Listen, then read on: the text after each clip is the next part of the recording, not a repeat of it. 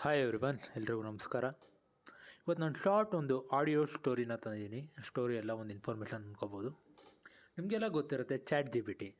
ಇದೊಂದು AI chat bot. ಇಲ್ಲಿ ಸುಮಾರು ಜನ ChatGPT ಯೂಸರ್ಸ್ ಇರ್ತೀರ, ಈ ವಿಡಿಯೋ ನೋಡ್ತೀರ ಅವರು. ಹಾಗೆ ಕೆಲವ್ರು ಜನ ಜೆಮಿನಿ ಯೂಸರ್ಸ್ ಇರ್ತೀರ, ಗೂಗಲ್ ಅವ್ರದ್ದು. ಹಾಗೆ ಕೆಲವ್ರು ಜನ ಗ್ರೋಕ್ ಯೂಸರ್, ಎಲಾನ್ ಮಾಸ್ಕ್ ಅವ್ರದ್ದು ಯೂಸರ್ಸ್ ಕೂಡ ಇರ್ತೀರ. ನಾನು ತಿಳಿಸ್ತಾ ಇರೋ ವಿಷಯ ಏನಪ್ಪ ಅಂದರೆ, ಫಸ್ಟ್ ಆಫ್ ಆಲ್ ಈ ನ್ಯೂಸು ಆಡಿಯೋ ಫಾರ್ಮೆಟಲ್ಲಿ ಇರುತ್ತೆ. ಇದನ್ನು ವಿಡಿಯೋ ನೋಡಿದ್ರೆ ನಿಮ್ಗೆ ಯೂಸ್ ಆಗೋಲ್ಲ. ಒಂದು ಕಿವಿಗೆ ಹೆಡ್ಫೋನ್ ಹಾಕ್ಕೊಂಡು ಎಲ್ಲಾದರೂ ಹೋಗ್ತಾ ಕೇಳಿಸ್ಕೊಂಡೋಗಿ ಒಂದು ಒಳ್ಳೆ ಮಾಹಿತಿ ಸಿಗುತ್ತೆ ನಿಮಗೆ. ನಾನು ಹೇಳ್ತಾ ಇರೋದು, ಈಗ ಈ ಚಾಟ್ ಬಾಟ್ ನೀವು ತಂಬೆಲಲ್ಲಿ ನೋಡಿರ್ತೀರ, ಇದು ಅಡಲ್ಟ್ ಚಾಟ್ ಬಾಟ್ ಆಗೋ ಸಾಧ್ಯತೆ ಇದೆ. ಹೌದು, ಈಗ ChatGPT ಓನರ್ ಬಂದುಬಿಟ್ಟು ಜಸ್ಟಿನ್ ಮೇರ್ ಅವರು, ಓಪನ್ AI ಸಂಸ್ಥೆಯ CEO ಇವರು.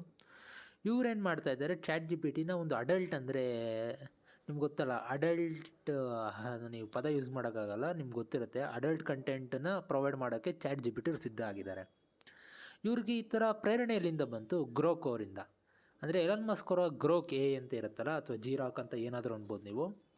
ಅವರು ಇದೇ ಥರ ಚಾಟ್ ಬಾಟ್ನ ಡೆವಲಪ್ ಮಾಡಿದ್ರು. ಅದು ಹ್ಯೂಮನ್ ಎಮೋಷನ್ನ ಜೊತೆಗೆ ಈಸಿಯಾಗಿ ಇಂಟ್ರಾಕ್ಟ್ ಆಗುತ್ತೆ. ಫಾರ್ ಎಕ್ಸಾಂಪಲ್, ಅದು ನಮಗೆ ಗರ್ಲ್ಫ್ರೆಂಡ್ ಬೇಕು ಅಂದರೆ ಗರ್ಲ್ಫ್ರೆಂಡ್ ಥರ ಮಾತಾಡುತ್ತೆ. ಆ ಥರ ಗ್ರೋಕ್ ಅವರು ಡೆವಲಪ್ ಮಾಡಿದರು.